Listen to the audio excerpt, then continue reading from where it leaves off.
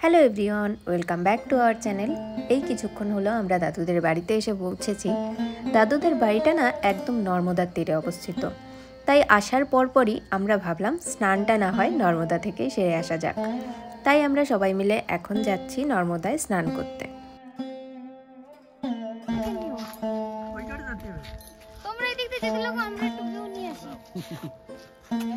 বিকেলে আসবো না, চলো এখন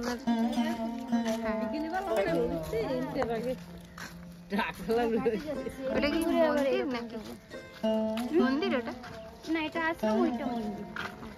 চলো বিকালে সম্পূর্ণ নর্মদায় যেতেই রাস্তায় দেখো কি কিউট একটা বাছুরের সাথে দেখা হয়ে গেল, কিন্তু ওর মাটা না ভীষণ প্রোটেক্টিভ ছিল। আমরা ওর একটু কাছে যেতেই ও এগিয়ে গেছে যাতে আমরা ওর বাচ্চার কিছু না করি। এই যে আমরা প্রায় চলে এসেছি ঘাটে।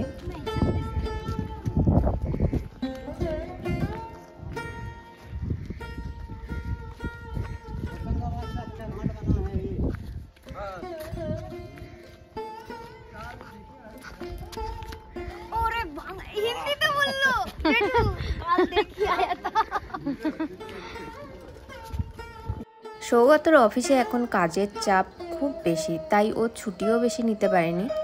আসলে কালকেই আমাদের ফেরার ট্রেন, তাই আর দেরি না করে শুরুতেই বেরিয়ে পড়েছি নর্মদা দর্শনে। আর শুধু দর্শন না, স্নানও হবে। এই যে ঘাটটা দেখছো, বর্ষাকালে নাকি নর্মদার জল এর অনেকটাই উপরে চলে আসে। তো চলো আগে স্নানটা সেরে নেওয়া যাক। এখন দুপুরবেলা, অনেকটাই রোদ রয়েছে, কিন্তু নদীর পাড়ে ঠান্ডা হাওয়াতে রোদটা ঠিক গায়ে লাগছে না। তবে নদীর স্রোতটা দেখে একটু ভয়ই করছিল না। বেশি দূরে যাবা না, বারণ দিয়ে দিয়েছে। ছোটবেলায় অনেকবার পুকুরে স্নান করেছি, সাঁতারও জানি, কিন্তু নদীতে স্নান এই প্রথমবার। অত বেশি চিন্তা না করে চলো নেমে পড়ি। তবে একটু যেতেই যেটা অনুভব করলাম, নদীর নিচ দিয়ে একটা চওড়া স্রোত বইছে, যেটা হাত পা আলগা করে দিলে যে কাউকে ভাসিয়ে নিয়ে যেতে পারে। তাই বেশি দূর আর গেলাম না।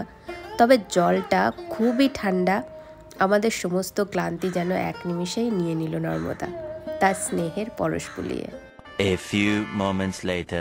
এখন বিকেল 5টা। নর্মদায় স্নান সেরে খাওয়া দাওয়া করে একটু রেস্ট নিয়েছি আমরা। দাদু এখানে গোপালকে রং করছে, দুই দিদা রং করা দেখছে। সৌগত ছুটিতে এসেও অফিসের কাজ করে যাচ্ছে। এদিকে আরেক দাদু অঘরে ঘুমোচ্ছে, আর আমি রেডি হচ্ছি ঘুরতে যাওয়ার জন্য। নর্মদার পাড় ধরেই আমরা বেরিয়ে পড়েছি। ইচ্ছে আছে গ্রামটা একটু ঘুরে দেখার। স্কুল কলেজ কোন জায়গায় এখানে? ওই একদম ওই পাশটাই, যে দিকটা দিয়ে এসেছিলে আমরা এদিকে এসেছি, আর স্কুল কলেজ ওই দিকটায়। আর গ্রামের মাঝখান হলো ওই যেখানে আমরা এদিকে এসেছি না, ওইখানটা শর্টকাট যাবে। চলো যেদিক দিয়ে যাবে, এদিকেও যাওয়া যায় ওদিকেও যাওয়া যায়। ওইটা মন্দির, এটা আশ্রম।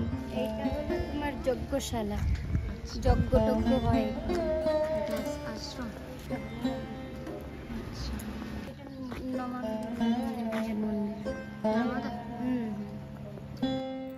নর্মদার তীরে গড়ে ওঠা এই আশ্রমটিতে রয়েছে হনুমানজির মন্দির, নর্মদা মাতার মন্দির, যজ্ঞশালা এবং আরও অনেক কিছু। এখানে এসে সত্যিই এক অন্যরকম ভালো লাগছে। সামনে নর্মদা নদী, উপরে নীল আকাশ, নদীর ওপারে সবুজ গাছপালা আর নর্মদা নদীর শীতল হাওয়া। এর মধ্যে আমার সবথেকে বেশি ভালো লাগছে এখানকার রঙিন পতাকাগুলো। নর্মদা নদী এবং আশ্রম দুটোর সৌন্দর্যই যেন বাড়িয়ে তুলেছে এই পতাকাগুলো।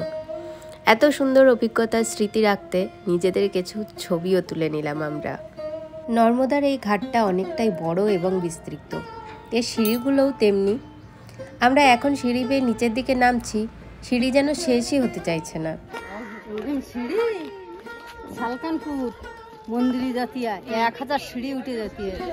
উপরের দিকে দেখো, আমরা এতগুলো সিঁড়ি পার করে এলাম এবং এখনো অনেকটাই বাকি। এবার এই নদীর তীর ধরেই আমরা বাকি মন্দিরগুলোতে যাব। তো এখান থেকে আবার উপরের দিকে উঠতে হবে। তো এই তো আমরা একটা মন্দিরের কাছাকাছি প্রায় চলে এসেছি। ওই যে দূরে দেখা যাচ্ছে গাছতলা, ওখানেই রয়েছে একটা মন্দির।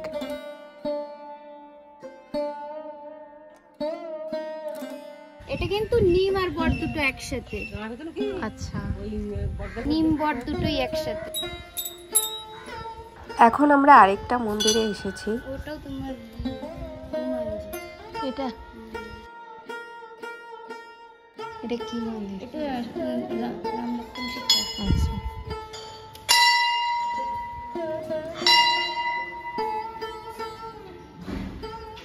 দেখো শালিগ্রাম পাথর রাখা। 3 hours later. এখন রাত প্রায় 8:30 বাজে।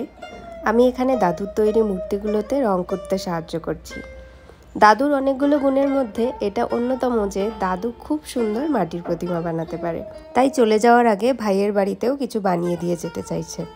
কিন্তু কালকে যেহেতু টিকিট কাটা হয়ে গেছে, আজকের মধ্যেই এগুলো রং করে নিতে পারলে ভালো হয়। তাই দাদুর কাজে আমিও লেগে পড়েছি। গোপালটা দেখো রং করা মোটামুটি কমপ্লিট হয়ে গেছে। আর সামনে এই যে যিনি বসে আছেন, এই দাদুর বাড়িতেই আমরা এসেছি। মহাদেবের রঙের কাজ এখনো চলছে।